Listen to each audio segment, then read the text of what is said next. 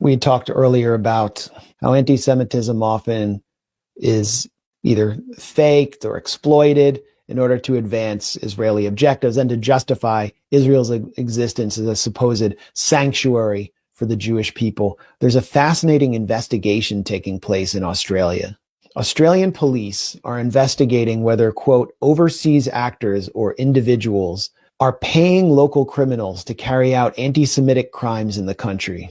Prime Minister Anthony Albanese says anti-Semitic attacks are being, this is his words, perpetrated by people who don't have a particular issue, aren't motivated by an ideology, but are paid actors. He added, quote, it's unclear who or where the payments are coming from. The shadow Home Office minister from the opposition party wonders if, quote, a foreign government is engaging in state-sponsored terror. Well, it reminded me of something that happened at the dawn of the first Trump administration. There were thousands of phone calls and bomb threats to Jewish American institutions like community centers, synagogues. And it turned out, after this whole freak out, where the Senate was putting pressure on Trump to condemn this and claiming that because of Trump, there's a rise in anti-Semitism and Jews are in peril because of Trump, it turned out that it was an Israeli teen who is a U.S. dual citizen in Israel who was making those bomb threats. An Israeli-American teenager was found guilty in Israel on Thursday of making about 2,000 hoax bomb threats against Jewish and other institutions in the U.S. during Donald Trump's rise to the U.S. presidency.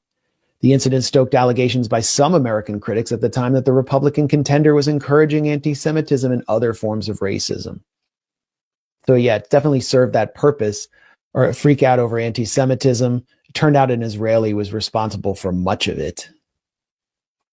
Also turns out that that Israeli teen, whose name was Michael Kadar, was also using robocalls to target Australian institutions, 590 plus bomb threats in Australia.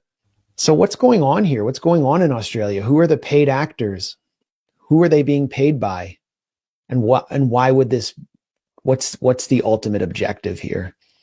And could this be limited to Australia? Or has this been taking place in other Western countries since October 7th?